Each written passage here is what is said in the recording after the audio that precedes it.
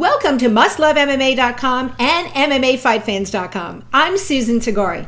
This week on our show, we have TUF contestant Pat Walsh from Ultimate Fighter 19 joining us via Skype from Massachusetts. So Pat, how has being on TUF 19 changed your life as a fighter? Nothing with my training or anything has changed too much. Just going to a grocery store and getting noticed is definitely a little different. The exposure is great. It's just something I'll definitely have to get used to. What was the most surprising element you found being on TUF 19 this year for you as a fighter? Surprising? Really, nothing really jumped out. I kind of had an idea of what it's going to be like living in a house with 16, alpha males. But yeah, nothing too surprising. Just the fact that you have to get used to being filmed 24 hours a day. I think that's the only thing that was a little bit of a shock to me. I mean, I expected it, but having it done is definitely something that's completely different. You have an interesting story I read on your blog about how you actually slept in a car to get into the Ultimate Fighter house. Let's talk a little bit about that.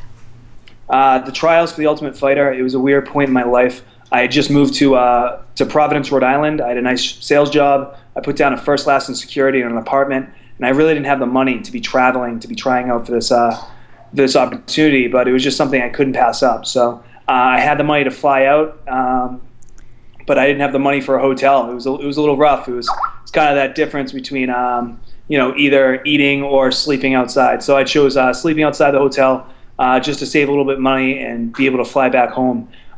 So it was a little rough, not really getting much sleep, but still being able to try out for the Ultimate Fighter the next morning. In episode 3, Todd Monahan gave a sermon. Did you find that inspiring, or was it just a bunch of BS? Todd is really into it. I'm someone that's very interested in religion. I wasn't the most religious person growing up, but being in the house, having the Bible, the only thing you can read, was definitely something that influenced me a lot. I was able to read the Bible just about front to back because we had so much time, so much downtime. It was the only thing we were able to read. So it was definitely something for me. It was something that, I enjoyed. I don't think it was complete BS. This is something that Todd's devoted his life to. He's trying to share that with us. So I can understand the perspective and some people looking at it a different way, but he has his way of thinking, his way of doing things. And, I was open to what he had to share. So I definitely attended, and I actually enjoyed the time we had on Sundays. You had some back issues early on in this show. How is your back feeling now? My back feels great today. I'm definitely 100%. I just had a bad flare-up. I herniated a disc when I was about 18 years old, and it's something that once in a while I'll get a flare-up. It was real bad on the show. It was definitely something that worried me, but I was able to get through it. And for the Anton fight, I was close to 100%, so it really didn't affect me too much. And when you're in a fight, that adrenaline, I mean, even if your back's in spasm, you're still able to compete at relatively a high percentage. So. All right, what's up with the Fat Pat jokes? So when I got into the house, I didn't grow up, with an unlimited grocery list. So it was kind of cool that you could eat whatever you wanted. And I was probably the one that was kind of foraging a little bit more than everyone else. So the fact that I was snacking a ton, I didn't really worry about my weight too much. I was always eating. And the fact that, I was probably one of the few kids without a six-pack on the show. They just joked around about that. It was all in good fun. It didn't bother me much, but, it's kind of an interesting nickname. Definitely something I don't want to hold on to. But I'm sure once I drop down to 185, it won't stick anymore. In the first round, Berzin had your back, but you managed to escape. Then it looked like you went for a guillotine. And then at 2:45, approximately, when you took him down, were you surprised he was able to get to his feet so quickly? No, Anton's a black belt in jiu-jitsu. He's one of the best grapplers in the house. He's definitely someone that's able to scramble and recover, and he's been doing it, for a long time. So I wasn't surprised. I just knew I had to keep moving forward and grinding it out. So and that's what I tried doing the first round, second round, and moving forward. From my perspective, it looked like you were very dominant in round 2. Were you surprised that it went to a round 3? No, because you get scored by different rounds. I was pretty sure that I lost the first round. Anton had my back for the majority of the first round. So I definitely agree with the fact that I lost the first round, and won the second. So going into the third, it was something where I did lose the first, I won the second, and going into the third, I think I had more momentum. So it was definitely something that I was motivated for, but I completely agree with the decision to go to the third. Congratulations on your win. How pleased are you with your performance then? I'm definitely pleased. I did everything I could. I would have liked to have finished, but definitely can't complain about the W. Anton, I think is a top-ranked 205er. I still think he's a top 205er. Stylistically, I'm sure he could have beat just about anyone in the house. I was probably the worst matchup for him, but yeah, I was just real excited to move far in the house and have an opportunity to compete in the semifinals. So it's definitely something that I'm happy with. Again, you can always do better, but I'm moving forward. So. You mentioned earlier today that there's been some things going on with Twitter. Let's talk a little bit about that and the recent fight. Anton's really being bashed on Twitter for, his performance, him talking so much, talking himself out, kind of doubting me as a fighter. And people are kind of bashing on me, saying he's not that good and he should be better and this and that. And it's just interesting to hear these Twitter followers that are sitting behind their computers kind of talking a little trash about Anton. And he's someone that I still respect. He's a great fighter. And for people to kind of put down the quality of the show, put down these fighters, I would love to see any of these guys get in the cage with Anton, because they would definitely have the hands full with a kickboxer that has a black belt in jiu-jitsu.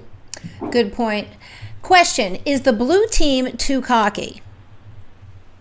The blue team, I think they're confident. It's definitely a good way to compete. It's just not realistic. At this point in the show, some of their good kids are knocked out. Tim's knocked out. Anton's knocked out.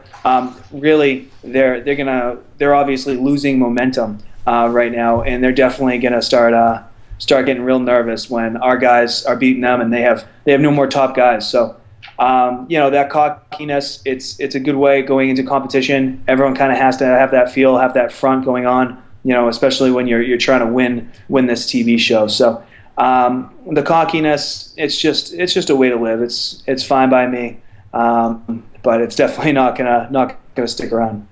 How would you describe Frankie Edgars' coaching style? Frankie Edgars' coaching style, he's a go-getter. He just goes after it. It's hard, it's intense, it's focused on endurance, cardio, and strategy. He's a great wrestler. That's developed some of the best striking in the game. It's something that I wanna resemble Frankie Edgar. I wanna train like him. I wanna fight like him. All those guys, all the greats, that took their wrestling background and transitioned to MMA. Someone like Mark Coleman, being a wrestler and then going into MMA and being dominant.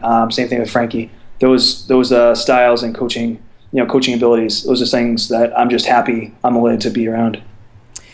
Which fighter on the show do you have the most respect for, do you think? The fighter on the show I have the most respect for, it's definitely Ian Stevens. He's just coming off a loss, and he's the most level-headed guy in the house. We're all frustrated. We're stressed out. We think that he should have won, and he's being so cool, so calm and collected. He's still focusing on training. Yeah. And his career, even though he's knocked out of the house, he's the most optimistic person, and he's out of the tournament. And not just out of the tournament, but I think he was completely robbed of his fight. So it's frustrating, and he's a bigger man than me. I don't think I could have handled it as well as he did.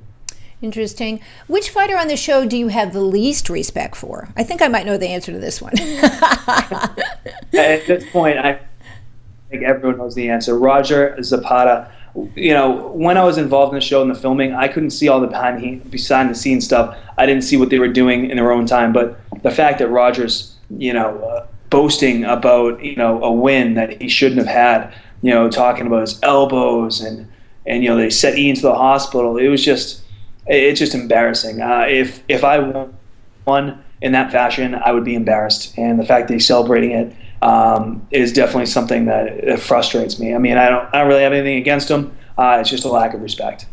I know since the show is still going on, you can't give away any of the rest of the season, but can you give me any hints as to what other highlights upcoming that our viewers can take a look at this before the end of this season this year? Absolutely not. Come on, just a little one? Dana White was very clear on not giving hints. He actually said, "Don't tell your dog." is how he phrased it. And it's something that I like. I enjoy the fact that no one knows either how well I did or how well I didn't do. That suspense, that build up going into each episode is something that I respect and actually really enjoy. We can talk a little bit about the fact that you are back in Massachusetts and you are working at a new gym. You have a new gym you just opened up. So let's talk a little bit about that, if you will.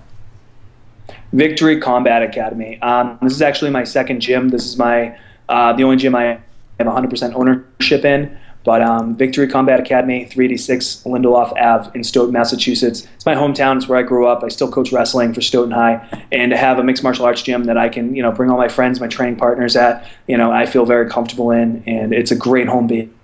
It's a fun place. We have some great trainers, great fighters out of there. Actually, John Howard, Doomsday, is coming by tonight. Wow. He fights in the UFC. So we have a really cool staff and a lot of great guys, that come in and support the gym. So if anyone out there wants to check it out, come see me. Anything else you'd like to add? Follow me on Twitter, Pat Walsh MMA. I always appreciate the support, and it's real cool to hear from fans and to interact with them. Pat Walsh, I thank you very much. And something tells me we're going to be seeing a lot more of you coming up. Thanks again. Thank you. Well, that's all from here. I'd like to thank Pat Walsh for being on the show this week, and I wish him good luck in all his future MMA endeavors. You can subscribe to our YouTube channel below, and you can also watch our video news reports at MMAfightfans.com. And remember, every fighter has a story. Thanks for joining us.